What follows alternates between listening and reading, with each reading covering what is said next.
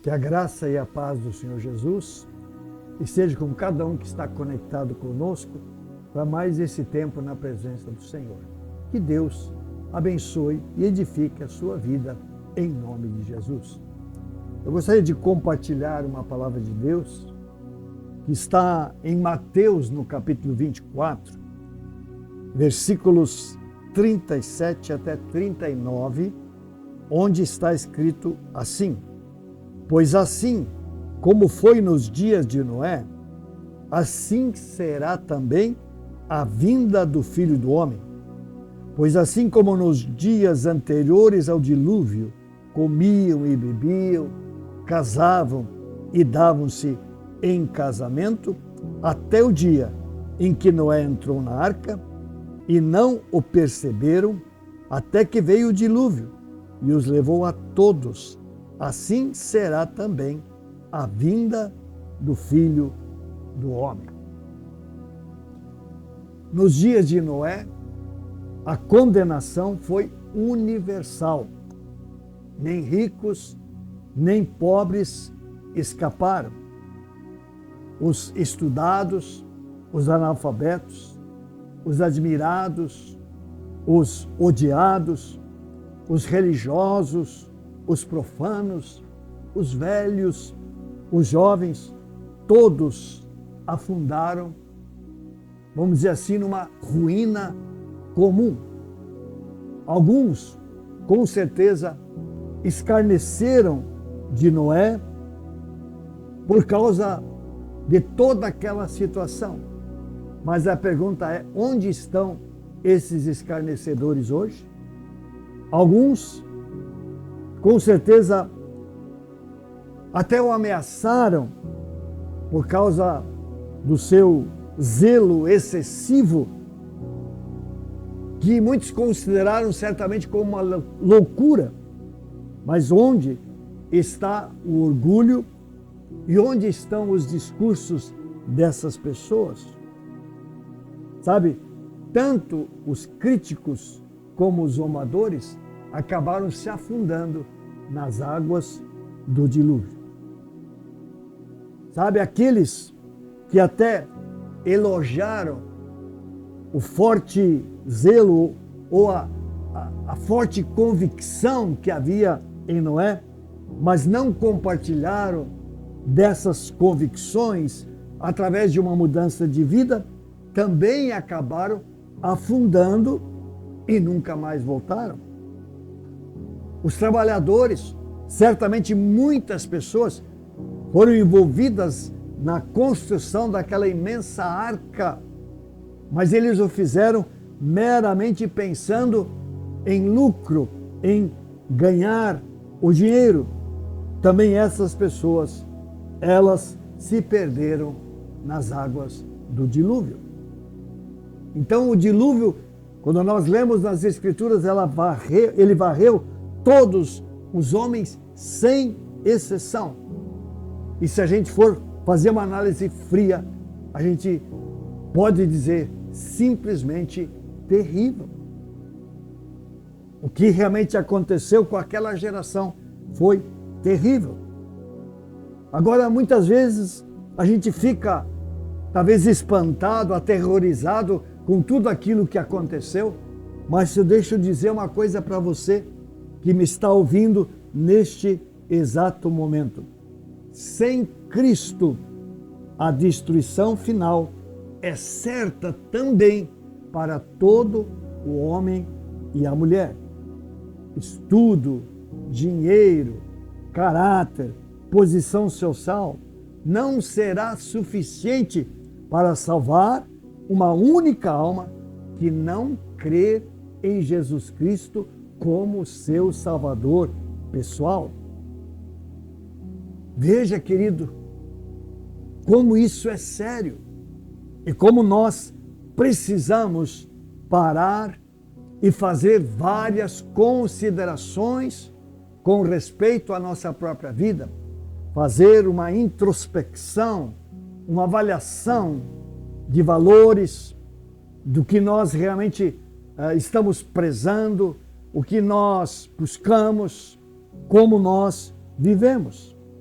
o texto, ele nos apresenta aqui que nos dias de Noé houve uma apatia geral. E quando nós olhamos ao redor, qual é o quadro que nós vemos? E essa apatia nos dias de Noé, ela é descrita como as pessoas comiam e bebiam. Hoje, grande parte das pessoas comem e bebem, isto é, vivem para aproveitar a sua vida. O texto diz que nos dias de Noé casavam e davam-se em casamento. Nós podemos interpretar como se divertiam e se alegravam com tudo aquilo que aqui nesta terra lhes era oferecido. Mas isso, o texto diz, até que a porta da arca foi fechada. E ela foi fechada por Deus. E então começou o dilúvio. Por isso, nós podemos dizer que não houve pessoa sábia fora da arca. Os sábios foram aqueles que entraram na arca. Por quê? Porque eles entenderam e creram que a palavra que Deus havia liberado, ela era verdadeira e ela se cumpriria. Então eu pergunto, será que hoje há pessoas sábias na terra? Preciso perguntar para mim mesmo, sou eu uma pessoa sábia? Preciso perguntar a você, é você uma pessoa verdadeiramente sábia? Porque a maior insensatez que pode haver é de duvidar do Deus verdadeiro e duvidar da palavra liberada por Deus.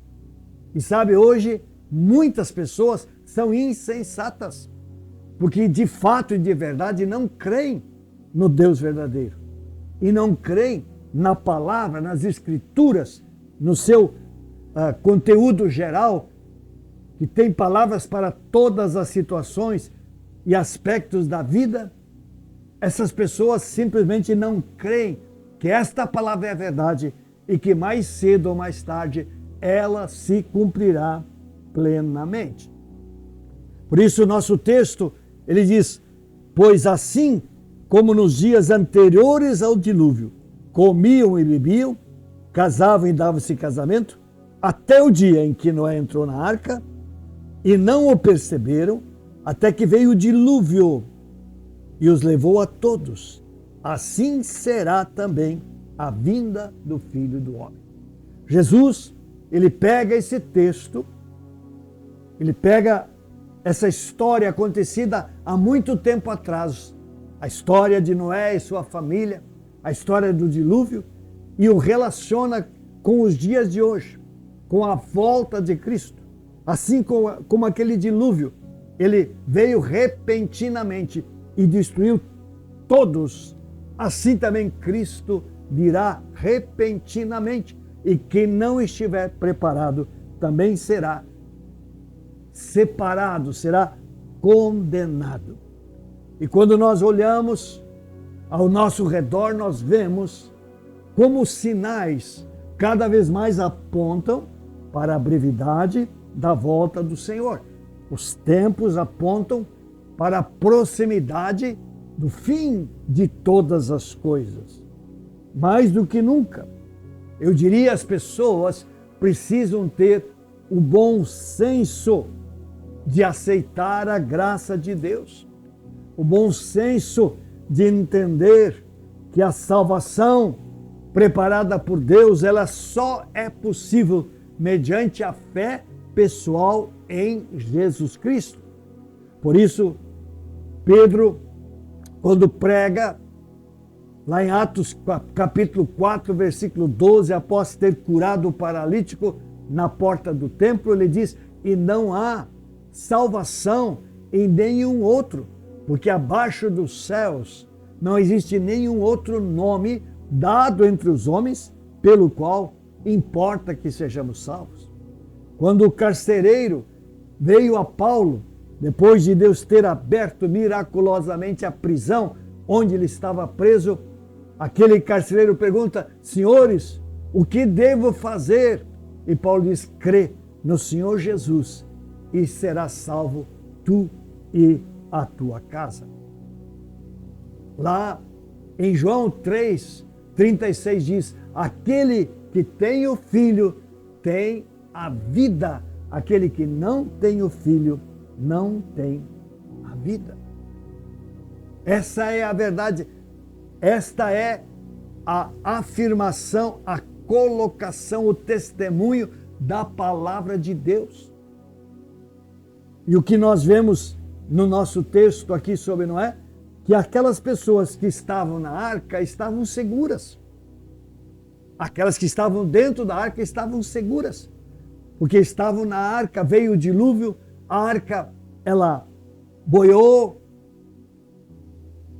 e ficou a salvo durante todo o tempo em que as águas cobriram a terra.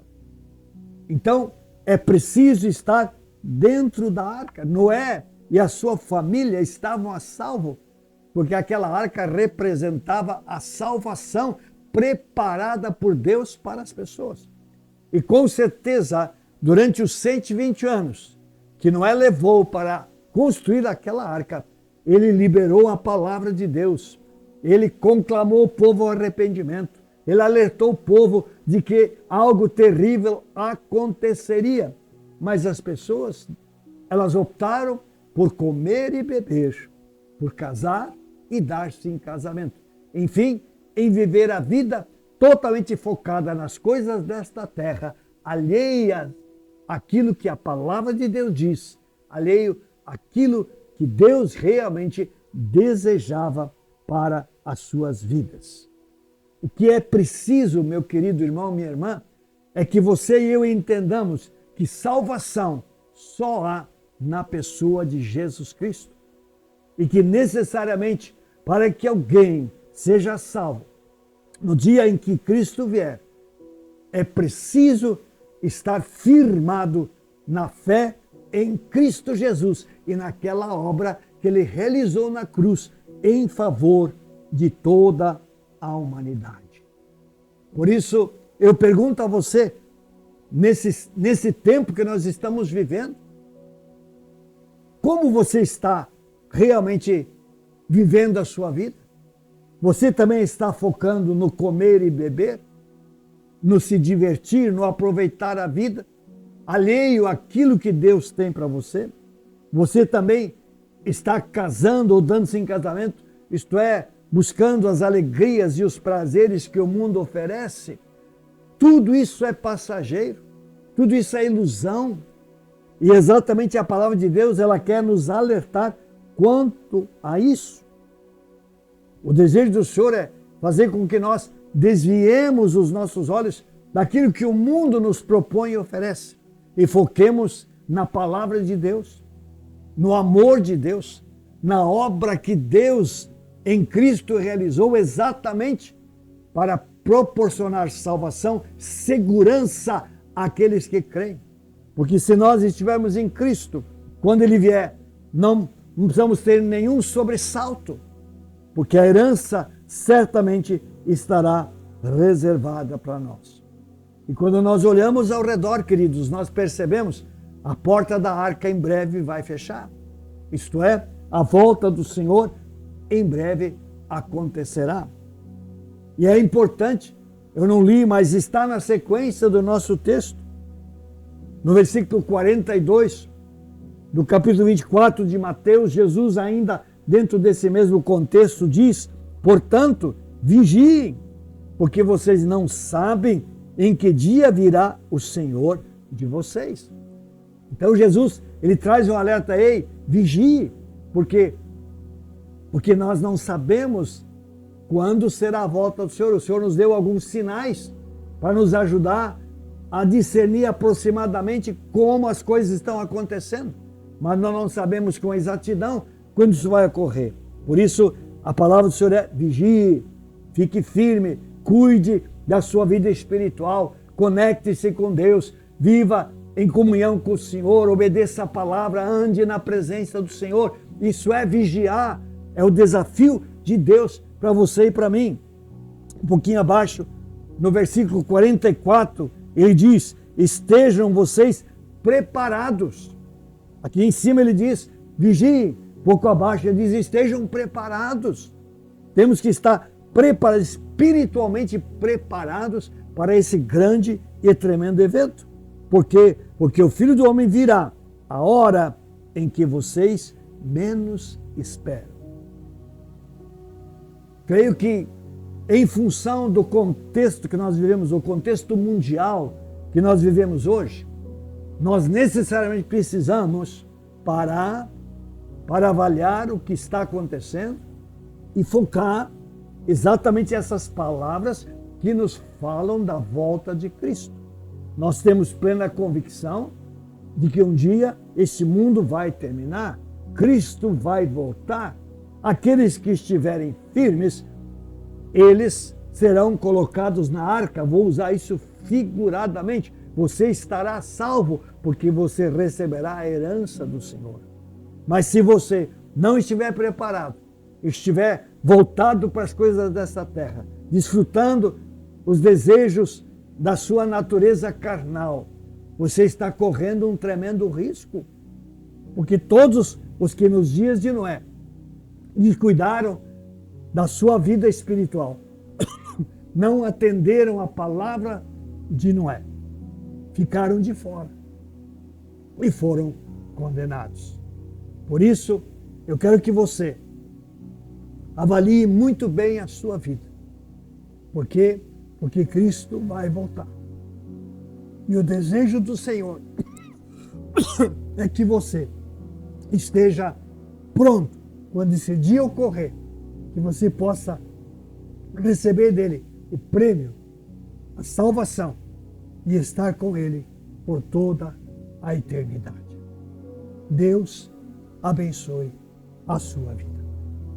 Eu quero orar.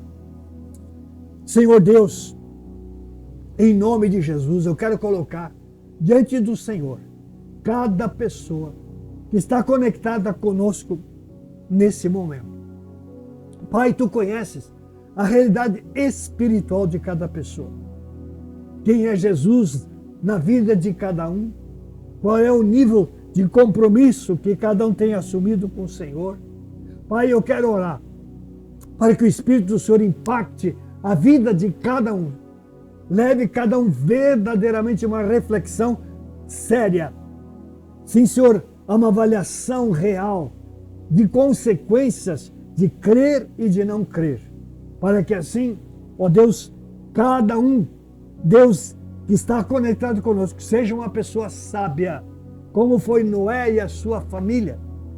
E por causa de terem sido pessoas sábias, terem entrado na arca e terem recebido a salvação. Pai, em nome de Jesus, abençoa a cada um com a Tua graça e o Teu amor. Pai, desperta o Teu povo a realmente se conectar profundamente com o Senhor, a vigiar seriamente a sua vida, para que esteja firme na fé em Jesus Cristo, o Senhor. E também que cada um se prepare da melhor maneira possível, para que quando esse dia chegar, a herança ela venha e todos possamos estar um dia com o Senhor na glória por toda a eternidade. Eu oro em nome de Jesus. Amém. Só lembrando, esse final de semana é o primeiro final de semana do mês, é quando nós celebramos a ceia, é um momento especial, um momento tremendo na presença de Deus, participar do corpo e do sangue do Cordeiro, lembrar todo o sacrifício que Cristo fez e receber todas as bênçãos que o Senhor conquistou na cruz para aqueles que creem. Teremos reunião no sábado à noite, teremos reunião no domingo pela manhã, 9 horas, culto da família com ceia. Teremos à noite, às 19 horas, culto com ceia. Será um tempo, com certeza, muito abençoado. E na sexta, como sempre fazemos na primeira sexta-feira do mês, antes da ceia, é dia de mobilização. Vamos estar desde as 9 da manhã até às 18 horas, orando e adorando na casa do Senhor. Você é convidado para estar um período conosco, para estar adorando e também clamando e orando a esse Deus Todo-Poderoso. Obrigado por você ter estado conosco nesse tempo, e o meu desejo é que o Senhor abençoe cada vez mais a sua vida e a sua família.